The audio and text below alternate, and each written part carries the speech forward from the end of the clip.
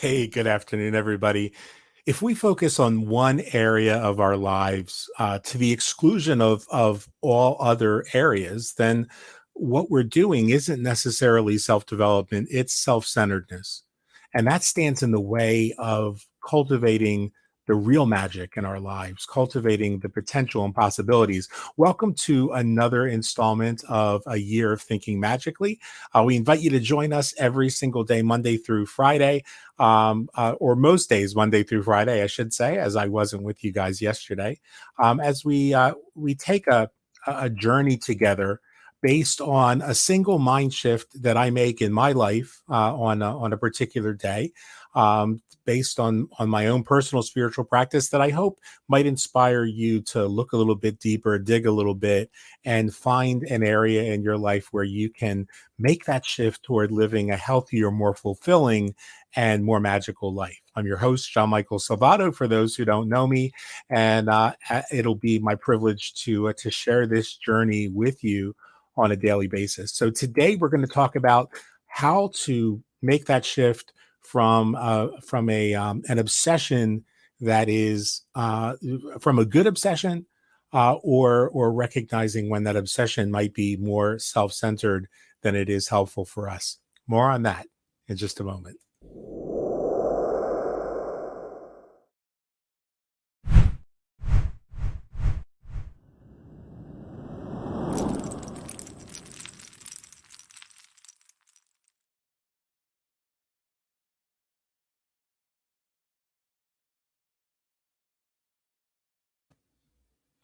And we're back. So, we've all been there. We've all seen it on a daily basis in our lives and in the lives of others. Those times when we turn our obsession to one area of our life of our lives, whether maybe it's fitness or finding the right romantic partner, maybe it's occult or religious studies, maybe it's remodeling our home or finding the right job.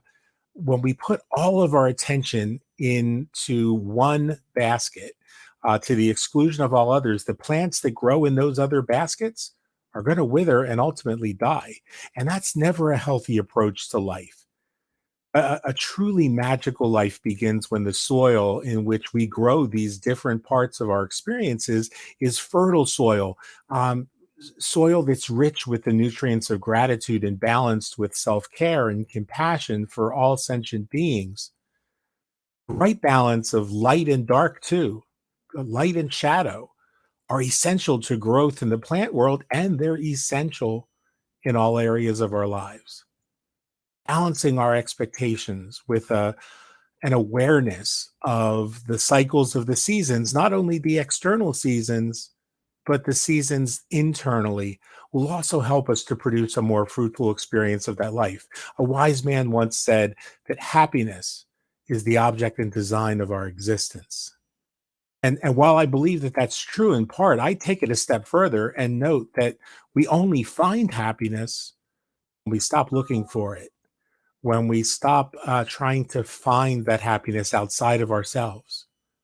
The self-proclaimed sage whose obsession with posting on social media about how woke he is, and while he attacks people who have healthy non-traditional relationships, or different approaches to business or different approaches to life, might impress those who lack spiritual or emotional maturity for a while.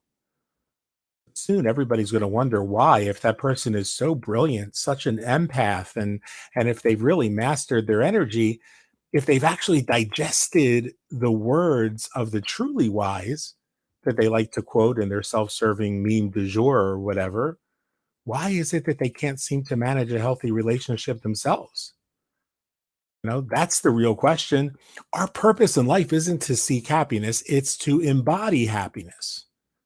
That's what I think that wise man meant when he said happiness is the object and design of our existence, is to live happy lives, to not to pretend to be happy all the time. I mean, disappointments and sadness and death and anxiety are all natural parts of the journey. And the truly happy person is able to sit with those things when they arise and say, that really sucks. What can I do to transmute this situation, this steaming pile of crap that I've been handed, and use it as fuel to keep the fires blazing as I create something better? Sada Natari says, let's see.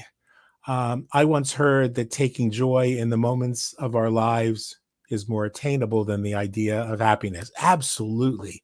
That's absolutely beautiful, and I agree. And thank you for jumping in. This is a live and interactive broadcast, folks. So we love when you take the time. And Sadhana, I don't think that I've seen you on the program before, so welcome.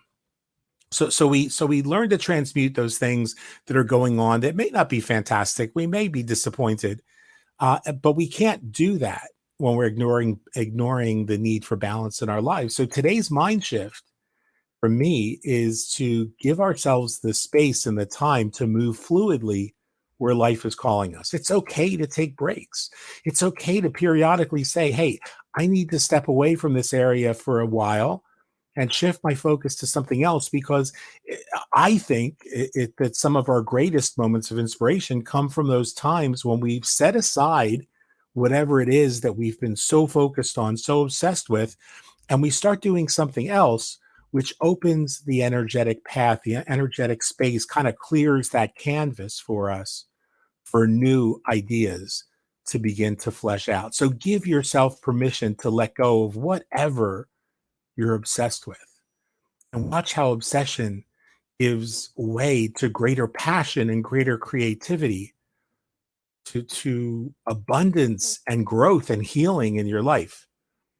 And we'd love to hear your stories about how these daily segments help inspire or motivate you toward considering new ideas or mind shifts that lead to crafting a more magical life. So please, by all means, share those in the comments with us. And speaking of sharing our stories, I am pleased to announce, as I said a few days ago, that the faculty and the members of the Inner Alchemy Mystery School and the collective have generously agreed to give those who want to explore what it is that we're doing, what it is that we offer, a 7-day sneak peek behind the curtain for a limited time.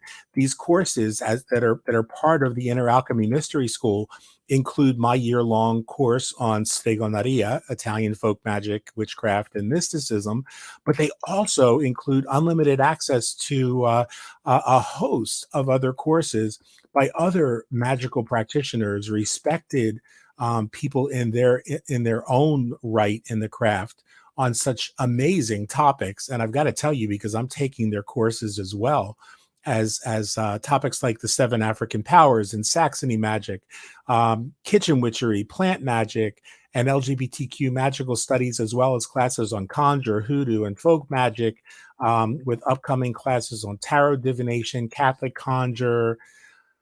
I know I'm forgetting some things, but a whole host of amazing content, with new courses being added monthly and all available on demand. So you take them at your own pace. You take the class when it works for you, not have to limit your participation due to financial concerns or time constraints, or feel conflicted about taking a class from a practitioner that you love while knowing that the bulk of your tuition is going to go to line the pockets of a show promoter that you'd rather not be associated with.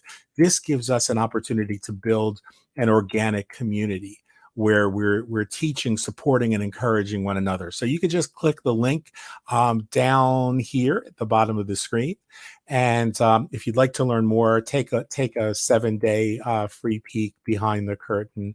And of course, we appreciate and support all of you, and the love and support and encouragement that you give us. That keeps us going. Thank you for sharing and liking and clicking the little notification bell on YouTube if you're watching us on YouTube, so that you never miss another episode. We appreciate that as well. And thanks for sharing this with folks that you think we might vibe with. That really helps us to get the word out there as well. And as we say at the end of every one of our broadcasts, we encourage you, when you're making this mind shift or any other, to stay in the moment, to be grateful for everything that you've got. When we fill that moment with gratitude, we open the door for the abundance, the creativity, and the healing that waits for us. And always remember, my friends, that the best is yet to come. I look forward to talking to you soon. We're going to close out with a message from a public service announcement from the Charter for Compassion. And while we don't own this public service announcement, we do use it with permission and encourage you to consider making this shift above all others in your life. We'll talk to you soon. The principle of compassion lies at the heart of all religious, ethical, and spiritual traditions, calling us always to treat all others as we wish to be treated ourselves. Compassion impels us to work tirelessly to alleviate the suffering of our fellow creatures. To dethrone ourselves from the center of our world and put another there. To honor the inviolable sanctity of every single human being. Treating everybody without exception. With absolute justice, equity, and respect. It is also necessary in both public and private life to refrain consistently and empathically from inflicting pain. To act or speak violently out of spite, chauvinism, or self-interest. To impoverish, exploit, or deny basic rights to anybody. And to incite hatred by denigrating others, even our enemies. Is a denial of our common humanity. We acknowledge that we have failed to live compassionately. And that some have even increased the sum of human misery in the name of religion. We therefore call upon all men and women to restore compassion to the center of morality and religion. To return to the ancient principle that any interpretation of scripture that breeds violence, hatred, or disdain is illegitimate. To ensure that youth are given accurate and respectful information about other traditions, religions, and cultures. To encourage a positive appreciation of cultural and religious diversity. To cultivate an informed empathy with the suffering of all human beings, even those regarded as enemies. We urgently need to make compassion a clear, luminous, and dynamic force in our polarized world. Rooted in a principled determination to transcend selfishness. Compassion can break down political, dogmatic, ideological, and religious boundaries. Born of our deep interdependence, compassion is essential for human relationships and to a fulfilled humanity. It is the path to enlightenment and indispensable in the creation of a just economy and a peaceful global community.